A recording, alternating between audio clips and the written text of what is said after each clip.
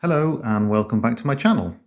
Today we're going to look at using some astrophotography techniques to enhance stills from the old videos of the 1954 TV series of Flash Gordon with Steve Holland. The reason why we might want to do this is that, well, as far as I'm aware, there are no existing images from the actual films. There's no kind of advertising or still shots from the set or anything like that. So all we have are the original episodes. So that makes it worthwhile trying to enhance them and get the best out of this very old footage, often of low quality. There are a range of astrophotography techniques that can be used. And this is not a tutorial on how to do these things because there are much better tutorials out there. Plus we're going to go through about 6 different sets of software, all of which deserve at least one video each, probably more.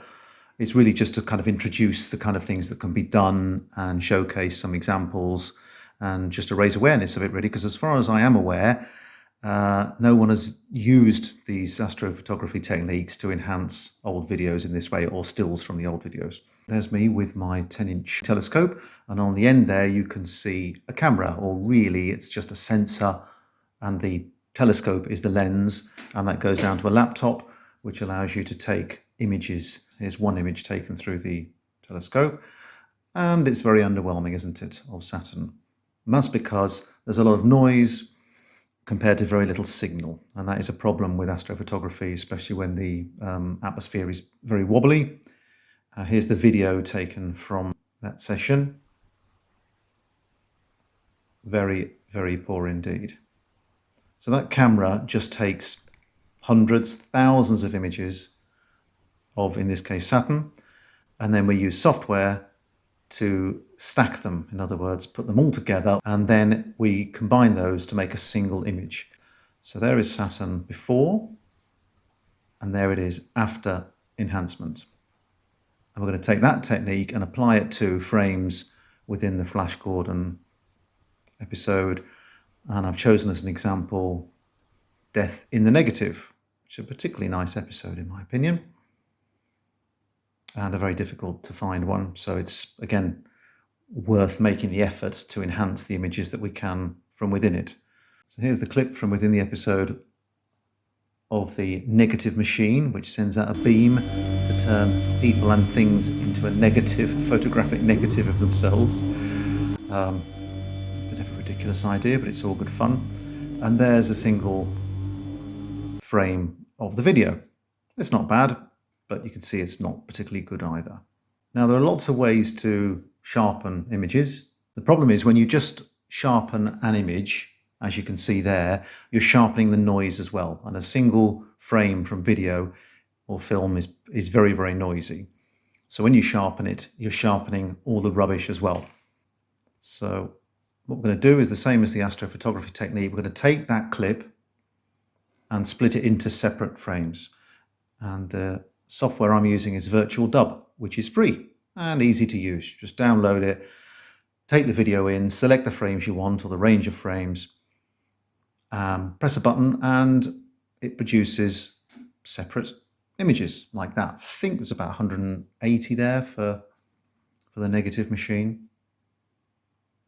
So in effect, we've taken 180 photos of the negative machine, and we're then going to put that into astrophotography software. There's various ways to do it. I'm using Autostackert. I don't know if that's how you pronounce it rightly. Again, free software, fantastic, not that difficult to work out how to use. You drag all the clips in, or the images in the top left there, and click the points that I want the software to align for each image. You can do this automatically, or you can do it manually, or you can do a mixture of the two. Notice how I haven't selected the beam because the beam is moving, so we're not going to try and freeze that. It's just the main body of the machine. When that's finished rendering, it produces an image, and you might be quite underwhelmed by that image because it doesn't look that much better than the original. And the reason is that it's stacked 150 images or whatever, so there are 150 slightly different images, so it's slightly blurry. But this software isn't used to sharpen the image, it's just used to get rid of the poor signal to noise ratio.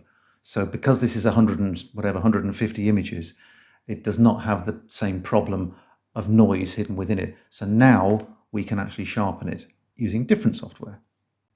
The one I use is Registax. We're up to version 6 on that, but they bring out new ones quite often. And on the left there, you can see there's some sliders, wavelets they're called, and you just move those about so you can sharpen the fine detail, the medium detail, the large detail. Done. So just a few words on the colorizing process. I use Deoldify. Again, this is not a tutorial on how to use Deoldify. That would be the subject of another video if people are interested in that. But the process, again, is relatively straightforward. I do use the Pro version, which I pay for, but that just means it's faster and more reliable. The free version is perfectly good for small clips. You control various parameters and make various decisions beforehand about contrast and things like that. But basically, as an AI program, it runs and it produces the video. And if you're happy with it, tick done. So I took a clip from the colorized version, which is just at the point where Queen is coming into the chambers. So as you can see in the slowed down version there, the background's nice and still and the people are moving about. So when we use that in the Auto Stacker software, it's going to nicely stack the background, but the people are going to come out in something of a mess like this. But that's okay, because you can use software such as GIMP, which I use because it's free, which is a kind of Photoshop equivalent. I took the single still image again and copied the people in the foreground, enhanced that as best I could, not using stacking, and then added that in as a layer and was able to replace the mess in the foreground with something that's quite good, and that's what you get. So how does that compare with the original? Well, here's a screenshot from the original black and white, and hopefully you can see that it's quite a bit more blurry. And here's the enhanced and colorized version. And here's a close crop to show what's going on in more detail. So here's the original. And here's the enhanced version after all the astrophotography techniques have been used. If you don't like the colorized version, and some people don't, here it is compared with a desaturated version. So there's the original, and there's a black and white version of the enhanced. Great, so having established proof of concept there, we can now use it on another area of the film. So this is the council waiting to welcome the Queen.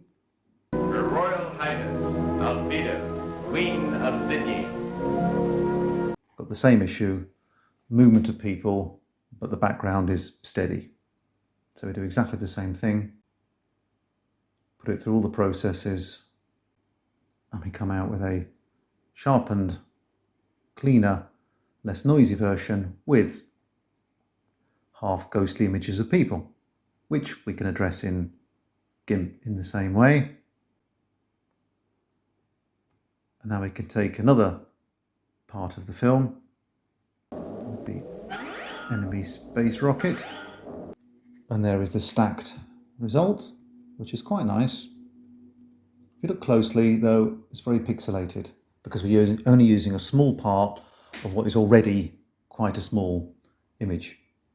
So we can use another technique, interpolation, which basically in GIMP just means resizing the image to make it bigger, and then the software in effect fills in the pixels, fills in the gaps as best as it can, and you can then use that for sharpening. So we compare that with the interpolated version, which has also been sharpened, and hope you'll agree there's quite an improvement there. And there's the finished result with a an interpolated image which has been through all the processing that we've been talking about. And here is Sky Flash, the rocket, and a still from the film, the stacked image, and a close-up of the original, and the stacked image, and then finally the interpolated image, which does show, I think you'll agree, some more detail, though it's all a matter of taste there. Great, so that's the kind of thing we can do. I'll be applying those techniques to some of the other videos and seeing what we can come up with. So I hope that was of interest, and thank you for watching.